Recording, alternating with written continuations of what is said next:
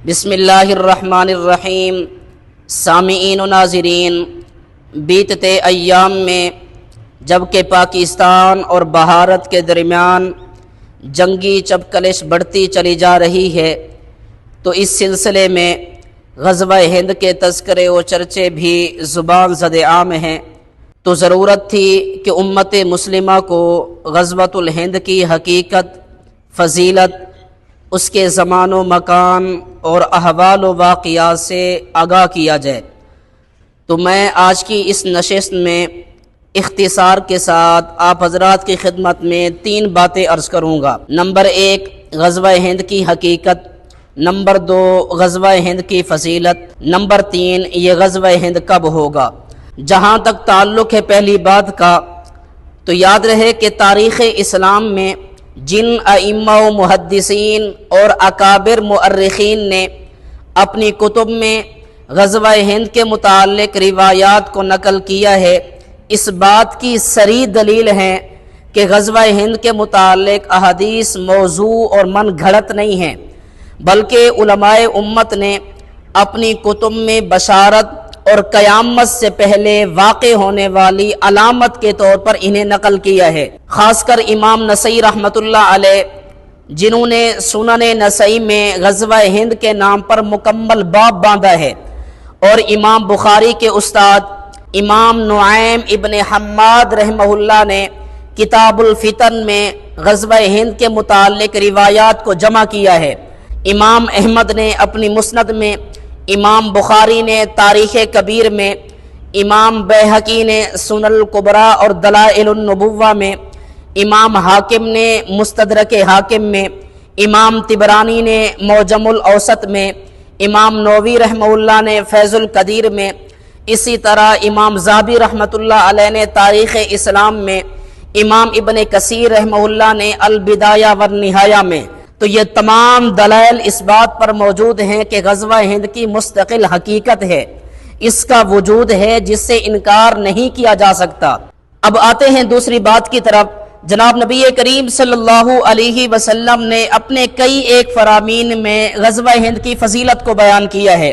میں آپ کی خدمت میں 3 حدیث مبارکہ پیش کرتا ہوں۔ سنن نسائی کی روایت، حضرت ابو ہریرہ رضی اللہ تعالیٰ عنہ کہتے ہیں کہ جناب نبی کریم صلی اللہ علیہ وسلم نے ہم سے وعدہ فرمایا تھا کہ مسلمان ہندوستان میں جہاد کریں گے۔ پھر حضرت ابو ہریرہ کہتے ہیں کہ اگر وہ جہاد میری موجودگی میں ہوا، یعنی میری زندگی میں ہوا، تو میں اپنی جان اور مال اللہ کے راستے میں قربان کروں گا۔ اگر میں اس جہاد میں شہید ہو گیا تو میں افضل ترین شہداء میں سے ہوں گا۔ اگر میں زندہ رہا تو میں وہ ابو ہریرہ ہوں گا جو جہنم کے عذاب سے آزاد کر دیا گیا ہے۔ مسند احمد کی روایت کے مطابق جناب نبی کریم صلی اللہ علیہ وسلم نے فرمایا کہ میری امت کے 2 گروہوں کو اللہ کریم دوزخ کے عذاب سے بچائیں گے۔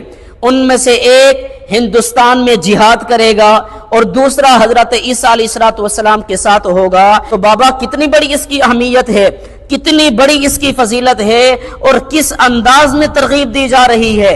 اور پھر ایک روایت کے مطابق جناب نبی کریم صلی اللہ علیہ وسلم نے ہندوستان کا ذکر کرتے ہوئے فرمایا کہ یقیناً تمہارا ایک لشکر ہندوستان سے جنگ کرے گا، اور پھر اللہ کے رسول نے فرمایا کہ اللہ کریم ان مجاہدین کو فتح دے گا اور وہ حکمرانوں کو بیڑیوں میں جکڑ کر لائیں گے، اور اللہ کریم ان کی مغفرت فرمائے گا، اور پھر وہ واپس جا کر حضرت عیسیٰ علیہ السلام کے ساتھ ملاقات کریں گے۔ غزوہ ہند کی فضیلت بھی ہے، اس کی حقیقت بھی موجود ہے۔ اب سوال یہ ہے کہ یہ غزوہ ہند کب ہوگا؟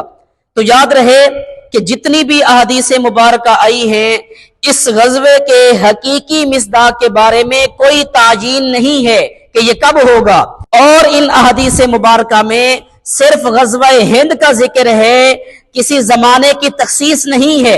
ان احادیث مبارکہ میں اصل درس اور سبق یہ دیا گیا ہے، اللہ تعالیٰ کے دین کی سربلندی کے لیے ہر انسان کو اس میں ترغیب دی گئی ہے اپنی وسعت کے مطابق، کوشش کے مطابق۔ اب یہ غزوہ ہند کب ہوگا، یہ بات دین کے مقاصد میں سے نہیں، اور نہ ہی کوئی دین کا حکم اس پر موقوف ہے۔ بسا اوقات فضائل والے اعمال میں ابہام رکھا جاتا ہے تاکہ عوام اس کو ہمیشہ تلاش کرتی رہے، اس کی تلاش میں رہے۔ اگر اس غزوہ ہند کو متعین کر لیا جاتا، زمانے کے ساتھ خاص کر دیا جاتا، تو پھر دوسرے لوگ بالکل ہی اس سے محروم ہو جاتے۔ اس غزوہ ہند کو لیلۃ القدر کے ذریعے سے بھی سمجھا جا سکتا ہے۔ جس طرح لیلۃ القدر کی تعیین کو اللہ رب العزت نے اٹھا لیا، اس کی تعیین نہیں ہے۔ اگر اس کی تعیین کر لی جاتی، اگر اس کا تعین ہو جاتا کہ فلاں رات کو ہے، تو انسان صرف اسی رات کو عبادت کرتے، اس کے علاوہ عبادت نہ کرتے۔ اسی طرح یہ غزوہ ہند ہے۔ دعا ہے کہ اللہ رب العزت قرآن و حدیث کی روشنی میں بات سمجھنے کی، سمجھانے کی توفیق عطا فرمائے۔ آمین بجاہ النبی الکریم۔